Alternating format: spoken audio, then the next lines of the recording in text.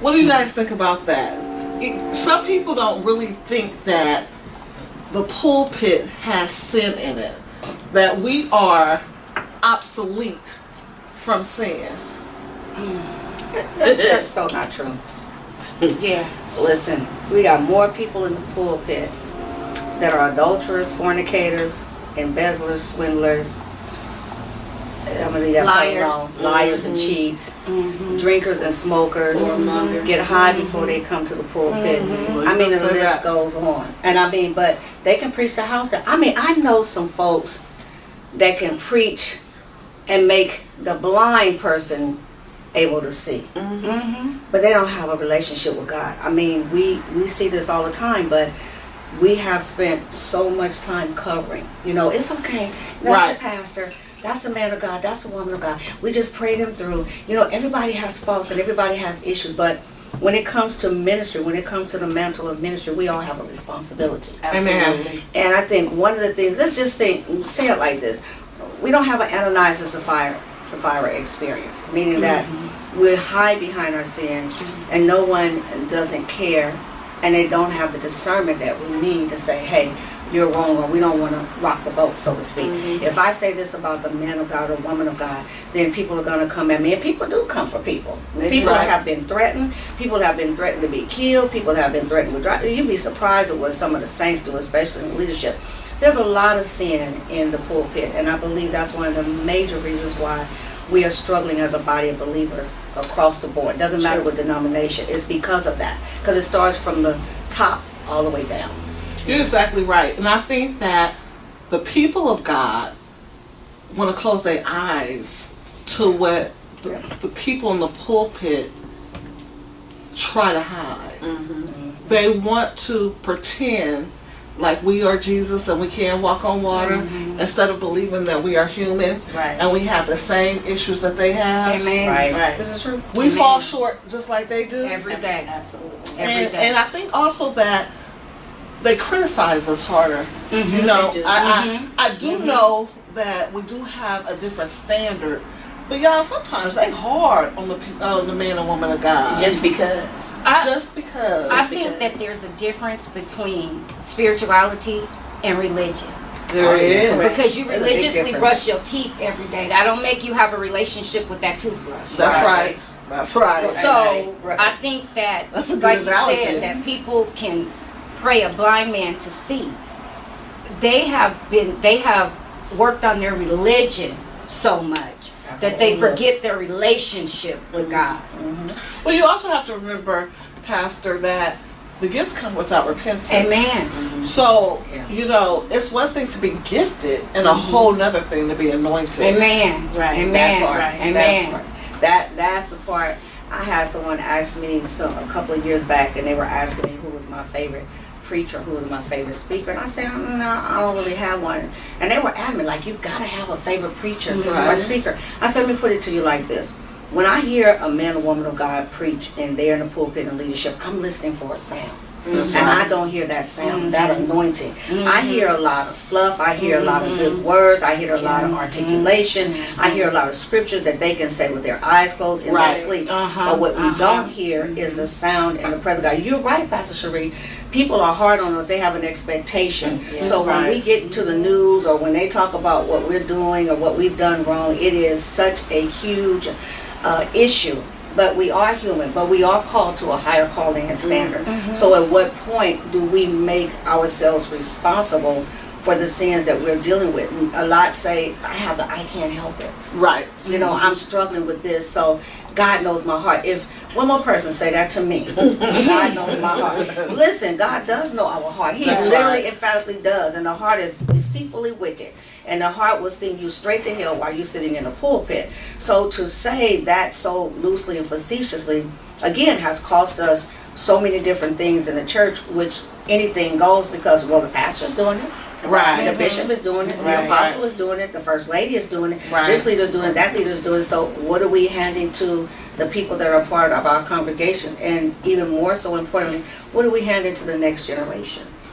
We also have to be careful, too, Dr. Mathis, that we don't take the people into sin with us. That part. Amen. We Amen. also need to Yes. be careful of that Yes. because Yes. you know a lot of people that are in the pulpit are having these parties and they're going out with their members and you know and we don't take accountability for that. And that's what it is. I don't know if any of you, I know we all remember that when we were growing up, that whoever was our pastor had a pastor. That's Right. good. That's And good. their pastor was quick to, if something was out of line, their pastor, when you would see him come to the church, Yes. You know it's trouble. and you Somebody knew in trouble. that if their pastor showed up, Yeah. something was wrong. Right. They wasn't just coming through to pat him on the The back back. because Yeah. there was a certain look Yeah. they had when they hit Amen. the door. That's right. It's That's like you right. wouldn't answer my phone calls, but you gonna talk to me because I'm here. There is not a lot of accountability now No. because it's like the overseers are afraid to talk to whoever they're over Right. because Yeah. the overseer has some stuff Yeah. and They whoever don't want to come out. and they know that the people that's up under them know Right. some of their No, stuff that's because right. you did it when I was around. Yeah, So yeah. don't get to talking too quick. Right. Because I know your stuff. Right. But all the way That's down, good. Right. there needs to be accountability. I've never seen in my life, in my adult life, some of the foolishness that we're looking at right now. Right. It used to be a time when a pastor could come and sit you down Right. Without being sued without being sued. or cursed out. There wasn't none of that. You were gonna sit down and you were gonna like to be sat Or down. excommunicated from the church. Yeah, that Yeah. You better come That on here. part. That part. Okay. But now we're so quick to, we'll just let them preach through it. You gonna let them keep vomiting over me? Right. Right. No, thank you. Right. No, there needs to be accountability. I like that sit down part though, Tanya. Evangelist. I like that part. I remember that we was taught as children to sit ourselves down or you will be sat down. Right. Amen. For instance, for me, and you know I'm very transparent, I turned 18 and got pregnant. I was the president of the choir. I'll never forget, New Creations. And I went to that rehearsal. My papa made me go to that rehearsal and tell the choir I can no longer serve. And guess what? I went and sat on that front row of the pew and watched them practice. Come on. It wasn't no going home after that. It was I was going to be held accountable because Right. when you know better, you do better. That's Right. right. Right. You know, when you know, and I knew better. Right. I, just because I was young, then excuse me because I learned. You know what? And so we have to get back to the place to where if we don't sit ourselves down, we hear the man or woman of God that's over our life to sit us down. Because if not, we spread that stuff over the congregation. And how about the man or woman of God who tries to sit down and the person up under them That's or good, too. over them tell them, no, it's okay. That's when you go, no, I'm going to sit down. Right. And I'm going to have somebody come in Right. and minister to my people so I can get myself together also. Right. Because what sense does it make for you to get up and vomit? Right. But you know, I want to go back to what Pastor Cherie was saying earlier when we talk about whatever we are, the people are always as their leaders. And one of the things that we forget to think about is that, one, we're more spirit than we are flesh because God is a spirit being. So this flesh houses who we really are, the authentic who we Yeah, are. that's good, Dr. Malcolm. But then when we are preaching, when we are teaching, when we are singing, when we are talking, whatever we are from the pulpit in that sin, it goes out to the people. Then you Yes. find people committing adultery that we're never thinking about. Right. You find people The fornicating that we're never It's thinking the about that. spirit. You You're find right. people with issues with pornography, with masturbation, with come on, I'm serious now. So I Yeah. want to talk about this. Yeah. People that lie, that steal, cheat. People start cursing folks out. People go back to drinking, and all of that comes from the pulpit. I remember when, and I'm like Pastor Cherie being very transparent, I remember in the middle of I was midway through ministry. I was in my early 30s. I showed up for church every Sunday. And I preached whenever it was my time to preach. I was at the altar every Sunday. And every Sunday, I came in drunk, and every Sunday I went home and drank because I was married to a man who was off the hook, and that was my only way to survive. Do you think the leadership sat me down? Absolutely not. Do you think they told me that I should sit down? Absolutely not. And when I wanted to sit down, it was like that. Come on, you can do this. You're gonna be all right. You're gonna pass. And I'm looking out at people who really need something. It was a real hard learning season because no matter what, it didn't matter that I showed up with the robe on. It didn't matter that I showed up to pray for folks. I was in sin from the pulpit. Right. And nobody thought enough or had enough discernment to say, this is not okay. Right. That taught me a very great lesson, but it also took me back to my roots because they would sit you down. I remember my mother getting remarried and the pastor sat her down right when she was getting up to sing in the choir. No, you're going to be singing. Take that robe off and sit down. She took the robe off and sat down. So we have this, and we forget the fact that just because we hide it in the fleshly realm doesn't mean that it's not showing up in the spirit realm. And that's where we have the issue. People be literally about to lose their mind. I don't know what happened to me. I don't know what's wrong. And look at your leader.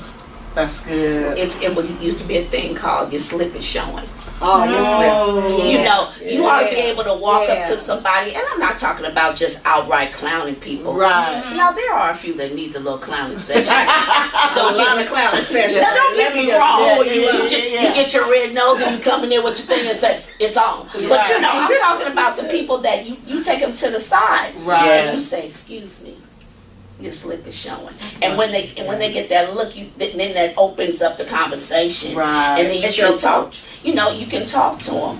But we're in a time in a season where you can't tell nobody nothing unless you want to fight. Yeah, and it's like let me ask this.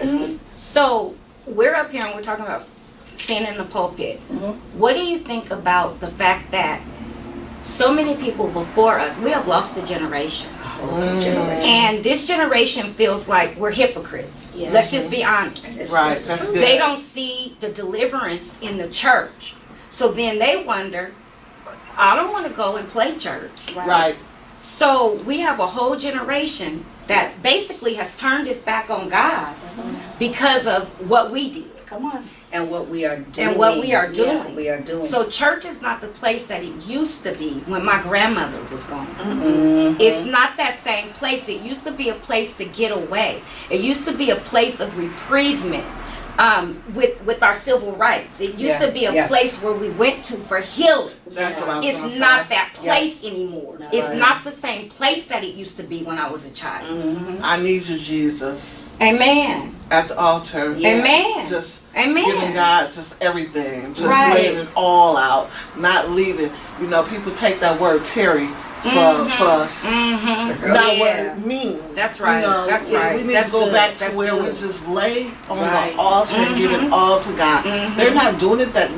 Matter of fact, church is being rushed now. Oh, that's yeah. That's a cattle herd. It is. Move, go up, get somebody, lay their hands on your head, go back to your seat. Don't care if you've been delivered. Don't know what you came up here for. We don't care. But we have to hurry up. But we will take an eon to get that offering. Yeah. Oh, that third you better offering, say it. that second offering, that benevolence, the benevolent offering, whatever other offering, pastor's offering, birthday offering, whatever all offering, the different offerings. Yeah. Because that's what we become. But we are not concerned about the generation. You all know that we could never run in the pulpit. We could never play in church. We could never talk when people are being delivered and demons are being slayed out. But now you see people out on their phones, not just the kids. I went to a church a couple of years ago where they was having some kind of anniversary.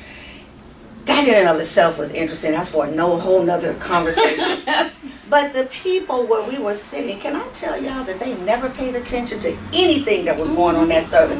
They were on cell phones, tablets. One lady was over here gossiping about somebody else, and somebody else was arguing, and the kids was running around turning cartwheels, and my grandchildren was looking like, what in the world? Because we don't do that. And nevertheless, everything in the pulpit was still happening. But when you have sin in the pulpit, it resonates out to the entire congregation, but also to the entire community. Because you have our generation that see the pastor or the man or woman of God coming in and out of the hotel. Right. You see that this generation sees that man or woman of God, that leader that buys the drugs from their friend or from them. Exactly. That's They it. see That's this it. stuff, and then they get up and they preach and they lay hands on folks, but then they go home and they curse out their spouse, beat her up, and she beat him up, whatever. I mean, it starts at home, because it goes back, like you said, it's a difference between religion and relationship. Right. People don't have a relationship with God because we have taken on the world system when we never should have. The world system should take on what we bring as a church. Because church has become a business. Yes, It's it a has. huge It's business. become a Big business. It's a job. Right. Yeah, they better be Now, you know 100 where I plus K a think- year. I think where a lot of our things went wrong was when the cliche come as you are. Right. Yes. I believe that was the downfall of a lot of it. Yeah. Now, that did not mean Come on. literally what they were saying. Right. You know, and it literally sent a generation into, A frenzy. I don't have to come with a skirt on. Right. Okay, that's fine if you don't want to wear a skirt, but at least have on appropriate clothes. Right. When did it become okay for a woman to sit on the front row with her legs gapped open in front of the men and the women in the pulpit? Right. When we were growing up, women didn't sit on the front row. Right. A usher did not let them on the front row. Well, let's start right there, though. We don't have ushers anymore that's taking their proper role as ushers. Because I remember an usher, if you had gum in your mouth, Oh, with a white See, glove. we all know this, right? We all know Y'all this. know White it. glove. And they wouldn't say a word. They would just And continue you to do knew. this. Come Right. get it, and you know what you needed to do. There was no attitude. We just spit the gum Just out did. because you know there was no talking back, no or any of this. the mothers of the church Oh yes. that were teaching the younger women. Right. Give you that Obsolete safety now. pin. Give you that safety pin. Wipe that polish off. Wipe Right. the lip stuff off while they smile. Now, baby. Got all this stuff. But when we talk about come as you are, and people misinterpret that, you know, because we have so many people making excuses, but well, I got to get this together, get that together, got to buy clothes today. No, come as you are, how you are as a person. God will take care of the rest. But you're right. You know, I have worked altars where women have sat on the front altar. Not only have their legs been gapped, but there's absolutely no underwear. When they Come get ready to on. pray for them, they roll across the floor, stuff just flying everywhere, and the men are excited to see that. Right. You know, because again, it comes from the pulpit. Everything goes back to our relationship with God, and we see this generation of people sharing to the generation after us that is coming up, and it's the most scariest things, that it's okay to go to church and just do what you do and leave and go home and do whatever you do and come back and keep the cycle going, like the book of Judges. Just serve the gods of this world, not the God, but the gods of this world, and give God just this much. This a whole Cain and Abel thing. I don't really need to have a relationship with God. My relationship is when I give my tithes and offering, whatever I feel like giving God on any given Sunday. My relationship is that I show up to God. Now, God, I showed up to the house of God on a Sunday. It is actually not only a business, but it is a social club. Right. On a Sunday. Yeah. Let's see what you got on. Let's see what you got on. Let's see who can preach the hardest. Blah, blah, I'm blah, gonna go blah, blah. hang with my clique because these is the people that's giving the most tithes, and they gonna run the church And anyway. we going to eat after. Right. Not the rest of y'all, just Yes. Right. Just the click. And we'll drive by you and know you need a ride. Right. In the rain. Or you hungry and we going to eat and we Right, ain't taking right, you with right. us Because you're not our type. because you're not part of our clique. Because see, that's what sin brings on. That's right. We have That's arrived. Right. But we're still in the earthly realm, but we have arrived. We see so much of that, and it just really, it breaks my heart, because one thing that we forget is that this generation of us, we are so blessed to have had the opportunity to have that foundation. Amen. But yet that foundation is what we're supposed to give back to this generation, and we are not giving it back. We're so engulfed in ourselves. Let me put it to you like this. We're so busy platforming until we don't even, I can't You better do say it. another conference, another seminar, another this, another that, and we come in, everybody got to see who has on what, and you have just left the bed with him, her, they, them, it, whatever, and you've done whatever, and you show up and you're talking about we had a glorious time of the Lord, and it's just as empty, you know, and then you leave and you come back the same. The But we exact keep same doing this way. over and over. So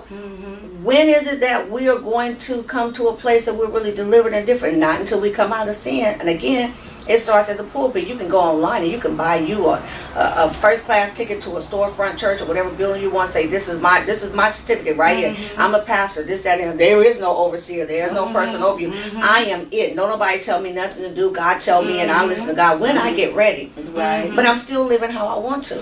And that's why we have so many independent churches now and so many people, is because they don't want a covering. They don't want to have nobody to be accountable to. Exactly. They don't want, they got so many don't wants. So they will go online. They will get them a little ordination piece of paper. And that's what they call it, a little piece of paper to be able to do what I want to do. I've never seen so much of that. You just started preaching. Weren't you an usher last week? And now you're a bishop. Right. Apostle. You just and now you got a preacher's collar and Right. you got a different color preacher's collar. Right, now you the bishop, and it's like, weren't you just Yeah. You just got something 5 minutes ago. 2.5? And you don't, and then on top of all that, Yeah. you can't help no one. Right. You can't pray for no one, Right. because you haven't gone through the proper God steps Come on now. to get where you need to go. That's Amen. it. You're going through the worldly way. You're going through the internet, Right. but you haven't taken the proper God steps Right. to be elevated. Exactly. I'd rather do it God's way, Amen. and go through the proper channels In His perfect instead of going through your channel Right. and be clowned or embarrassed, because you will get embarrassed by God. Yes, you He will. will embarrass you. He will pull Man, the that's covers the worst. right from over you. You know, That's it's like, go through the proper channels. Right. Do what you gotta do. Don't let nobody, oh, you can sing, you ought to be over the choir. You can't sing. I'm You good. can't sing. I'm good. You know what? You did a great thing. You are, you've been called to preach. What the parking lot prophets. Yeah, I get it. Yeah. Parking lot prophets. You know, it's those like ones. it's Yeah. like go through the proper steps. Well, you know, the proper steps calls for the anointing. Come on. Which the anointing Amen. calls Amen. for Amen. some stuff. Right. And I'm saying it lightly. You're going to go through something. Amen. You're going to go through something. We can't just overnight Arrive. anoint ourselves. Right. And say, this is... We have to get to the place to where we let God do it, and we do need to go through the proper channels. We got to get to the place to where we are held accountable to someone. We have to get to the place to where we'll sit down and be an Indian and don't always have to be a chief. Right. Come on. We can serve and not always have to Come lead. on. Right. We have to get to the place to where we have a spirit of humility. Yes. And not a spirit of manipulation. I mean, I'm just saying, we have to get to the place to where we are humbling ourselves unto the anointing of Jesus Christ to do what He's called us to do. Now, this is the thing. We have a whole bunch of pastors, bishops, preachers, and teachers that want to do all of the preaching and all of this stuff, but they don't want to serve the people of God. I ain't never seen Come so on. many people that won't go in the houses and pray for bereaved families That's right. no more. That's right. Bereaved That's families Go is to the right. hospital. That's right. right, Amen. or the convalescent hospital. Won't Go Community. serve communion. Right. Come on. What happened to those days? You know what I'm saying? We have to get back to that stuff because that's what God has called us to do. We have to get back to Acts. We're not there anymore. That's the missing component, though. That is the missing component because we don't serve the community the way that we used to. Right. Not at all. And that's how, the babies are the answer now. They are. We've lost the generation, but we don't have to lose two. That's right. Right. We've already lost two. We, We don't need to lose the yeah, next we don't two. use to. Right. We can get the babies while they're young and bring them up in the way that they should go. Because we failed to do that. That's because, again, I said, going back to everybody has to have a platform. Everyone has to be on top. But here's my question. When we think about sin in the pulpit, where exactly did it start, where it come from? Because when you think about that, it goes back to what we've been saying. There's no relationship.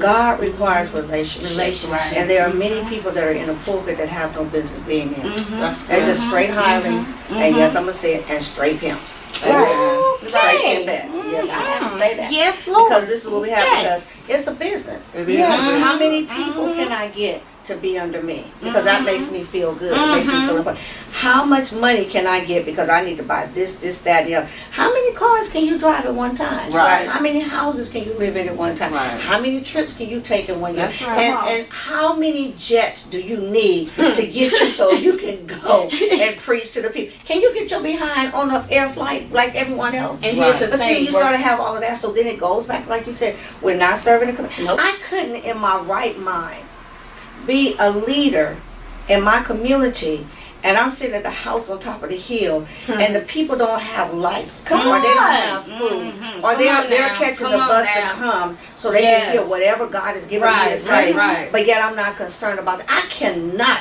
So that when you do not have a relationship with God, you care nothing about what happens with the people. No. It's been raining. I've caught 3 buses to come here, Pastor, to see you, man of God, woman of God. You didn't even think enough, and you don't have enough discernment, if you have any left, to see that I'm struggling.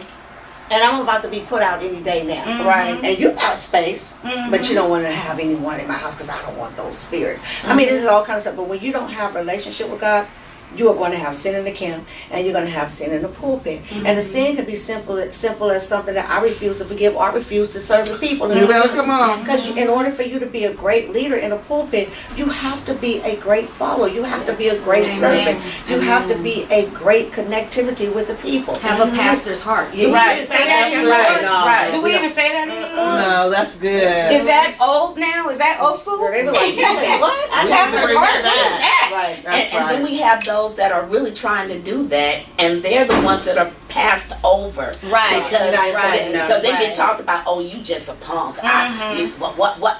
Doc? You know, and doc. You ain't got this doc, and it's like. But here's a man of God who works every day, and will help his people. Right. And because he's doing it God's way, because he is sent by God to this congregation, they're the ones that suffer behind the other jokers, the pimps, that are riding around. You know, you living off your people. You living off their backs. That's right. So That's let me right. ask y'all this. Robbery. Let me Right. ask y'all this. So, can the real people that serve God's people stand up?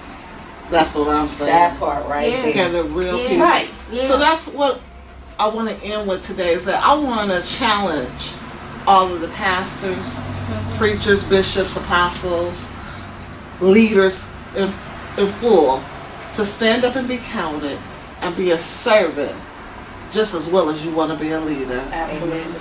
Amen. Do what God has called you to do and be the best that you can be. Right. Remember that saying? Right. Be the best that you can be. I challenge all of the clergy in 2019 to be the best. And don't let sin Right. be in your pulpit. Amen. I'm Dr. Cherie Baisden Nickelberry, the host of Conversations with Women of God, and my co-hosts are Pastor Sherry Henderson. Dr. Idisa Mathis. Evangelist Latanya Barr. and we love you, and we'll see you next time. If you liked us, please go on our Facebook page, Conversations with Women of God. Yes. You'll be able to see all of us there and our show. God bless you, and we love you. Good night. Good night. Bye. We bless you. We lift your holy name.